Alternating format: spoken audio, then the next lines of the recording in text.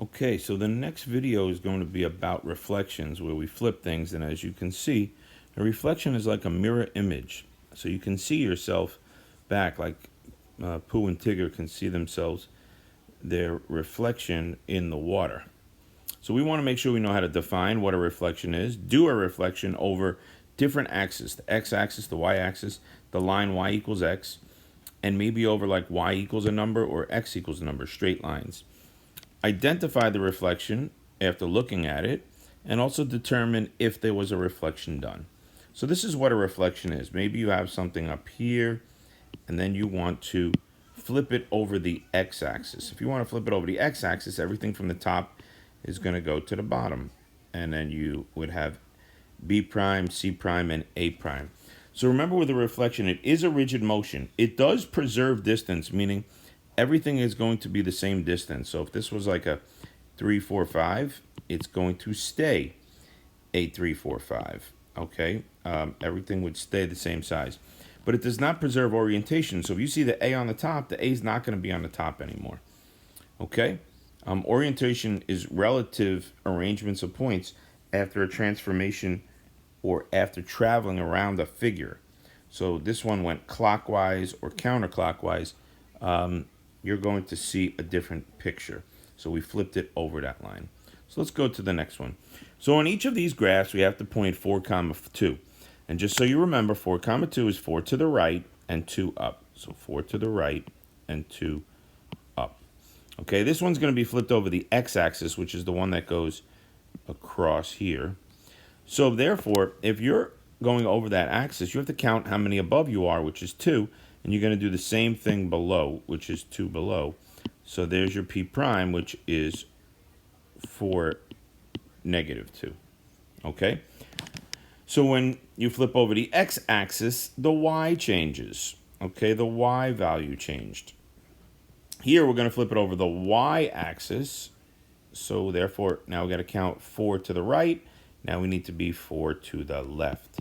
So P prime is going to be -4, 2. So notice when you flip over to y, the x changes. So it's the opposite of the axis. Now we want to flip over to line y equals x. Well, y equals x is a line that goes from corner to corner.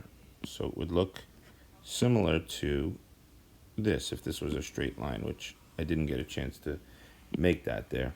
So if you had a straight line from here to here, flipping over that line. But think about it. What did I just say? I said y equals x. That just means y is x and x is y. That just means switcheroo. So we're going to switch the numbers. So instead of 4, 2, we're going to write 2, 4. So 2, 4. And if you notice, it kind of does flip it over that line that we made. So 4, 2 becomes 2, 4. So just think switch when it says y equals x. Okay, this one we're going to flip it over the line x equals 1. Well, x equals 1 is a vertical line, so it's going to go straight up and down on the 1.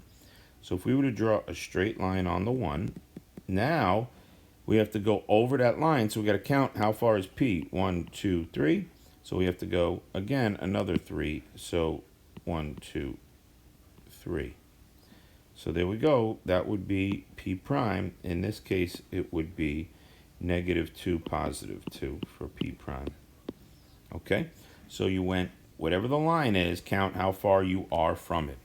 Okay, so here's your rules. If you go over the y-axis, you change, over the x-axis, you change the y. If you go over the y-axis, you change the x. If you go over the line y equals x, you do the switcheroo. And then finally, y equals -x means switch them and negate. So we would have to switch and change the sign, negate. Okay? All right, so put some points on here. A is 3, 6. B is 0, 8. C is -2, 7. D is 8, -4. E is -3, 0. And F is 5, 0. I already placed them on there. And now what we have to do is flip it over the axis that they said. So if I'm flipping over the x-axis, remember the other number is going to change. The y number is going to change. So that's just going to become 3, -6. And then you guys, if you can, try to graph that. That would be nice. If you could graph 3, -6, that's going to be A prime. Okay, I'm not going to graph them all. You guys can do that. But if you go, some of them I will. Over the x-axis, that means change the y. So we're going to change the y to negative. So that's going to go from 0.8 to 0-8. As I said, I'm not going to do them all. But we'll see. -2.7 over the y-axis, that means change the x. So if we flip it over the y-axis, that's going to become 2, 7. So instead of -2, it's going to become +2 because we're flipping it over the y-axis.